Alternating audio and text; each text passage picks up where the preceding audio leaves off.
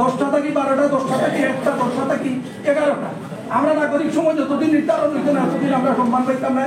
আমরা এই মুহূর্তে অফিস ত্যাগ করলাম। আমরা দাবি একটাও, সিলেট মহানগরীর ফুটপাত এবং রাস্তা দখলমুক্ত করা। কেউ যদি মনে করো এই ফুটপাত রাস্তা দখলমুক্ত হইতো না তাইলে তাই ভুল করবা। আমরা স্মারকলিপি দেওয়া পাইছি, মাননীয় জেলা প্রশাসক মহোদয় আমরা স্মারকলিপি দেওয়া পাইছিলাম। 1 ঘন্টা অপেক্ষা করছি, 11টা থেকে 12টা। তার নোট দেখা না পাইয়া আমরাও পারক, কারণ তার জেলা খাম আছে, আমরা খাম আছে, আমরাও ব্যস্ত। এখন তার ব্যস্ততারে আমরা সম্মান জানাই, তাই না? আমরা ব্যস্ততারে সম্মান জানাই। এখন আমরা আগামী 10 সেপ্টেম্বর সিলেট সিটি কর্পোরেশনের 2টা প্রবেশ মুখ আমরা 3 ঘন্টার অবস্থান কর্মসূচি করব।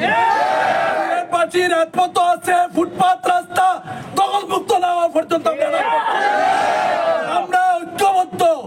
এই ফুটপাত এবং রাস্তা লইয়া যারা চালবাহানা কররা, আমরা প্রত্যেকটা অফিসের সামনে, প্রত্যেকটা সরকারি অফিস, সরকারি শিক্ষা প্রতিষ্ঠানের সামনে আমরা দেখি ফুটপাত প্রায় 24 ঘন্টা থাকে।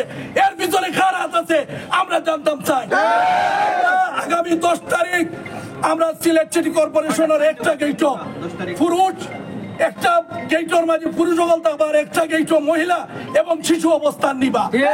আপনারা দেখবা এই 3 ঘন্টা সিলেটবাসী কতটুকু সচেতন এবং রাজপথ কে ধরনের দৃঢ় প্রতিজ্ঞ ভাবে নিজের অবস্থান।